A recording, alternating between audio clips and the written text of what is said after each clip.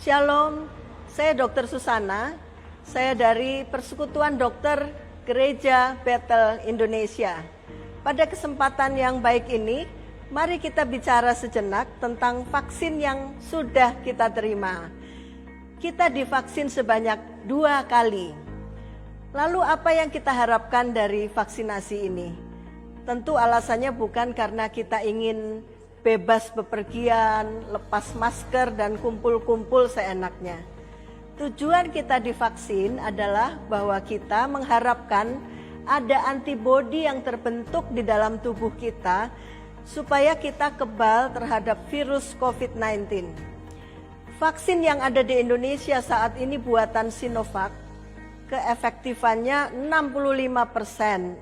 Artinya dari 100 orang yang divaksin, ada 65 orang yang akan terbentuk antibodinya, sedangkan yang 35 orang lainnya tidak.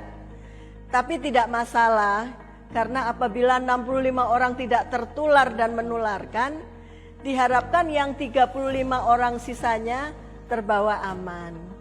Mengapa ada antibodi yang tidak terbentuk? Itu karena ada yang namanya respon vaksin. Jadi setelah vaksinasi tidak serta-merta terbentuk antibodi, ada prosesnya. Bila proses respon vaksin cepat, maka antibodi terbentuk dengan cepat. Demikian sebaliknya, bila proses respon vaksin lambat, maka antibodi pun terbentuknya lambat. Respon vaksin tidak sama antara satu orang dengan yang lainnya. Apa itu respon vaksin? Setelah disuntikkan di dalam tubuh kita, vaksin dianggap sebagai benda asing oleh tubuh kita.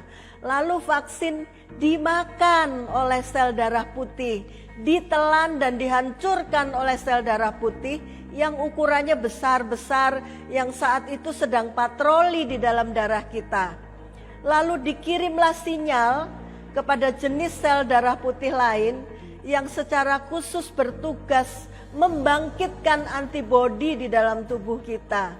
Nah, oleh karena itu, supaya terbentuk antibodi yang cukup tinggi, dibutuhkan kondisi sel darah putih yang militan.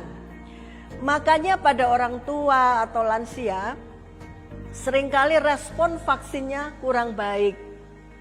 Antibodinya lama baru terbentuk atau bahkan tidak terbentuk sama sekali oleh karena sel darah putih sudah tidak sebaik pada waktu muda.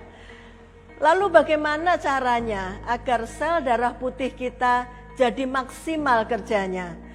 Pada saat pandemi, minimal ada beberapa vitamin dan mineral yang perlu kita konsumsi, seperti vitamin C, vitamin D, dan zinc. Oleh karena penyerapan vitamin dan mineral ini terjadinya di usus, maka usus kita juga harus sehat. Perbanyak makanan berserat ditambah bawang putih dan bawang merah. Jangan terlalu banyak konsumsi gula dan karbo seperti pasta, roti, atau mie. Karena makanan ini mengurangi bakteri baik di dalam usus kita. Untuk lansia kadangkala perlu dibantu dengan mengkonsumsi bakteri baik atau yang disebut probiotik seperti yogurt, tempe, dan tauco. Lansia juga perlu dijaga kesehatan giginya agar dapat mengunyah makanan dengan baik supaya penyerapan nutrisi di usus dapat efektif dan efisien. Setelah vaksinasi dan terbentuk antibodi, kenapa kita juga harus tetap memakai masker, cuci tangan, jaga jarak, tidak bergerombol dan sebagainya? Iya, karena virus tidak peduli apakah kita punya sertifikat vaksin atau tidak. Dia tetap bisa dengan leluasa masuk ke dalam tubuh kita. Tes swab PCR kita kemungkinan masih bisa positif, walaupun sudah tidak menularkan. Perlukah dicek antibodi yang sudah terbentuk dalam tubuh kita ini? Ya, Walaupun di Indonesia belum dibuat peraturannya dengan jelas, namun sebaiknya diperiksa. Apalagi bila lebih dari 60 tahun. Dalam 2 hingga 4 minggu setelah vaksinasi, kadar antibodi dapat diperiksa di laboratorium. Marilah kita berupaya sebaik mungkin karena pada prinsipnya tubuh kita ini mudah untuk dipulihkan. Karena firman Tuhan berkata bahwa tubuh kita ini memang fana, tetapi mulia. Demikian pembahasan kita kali ini. GBI Sehati, Tuhan memberkati Bapak Ibu sekalian.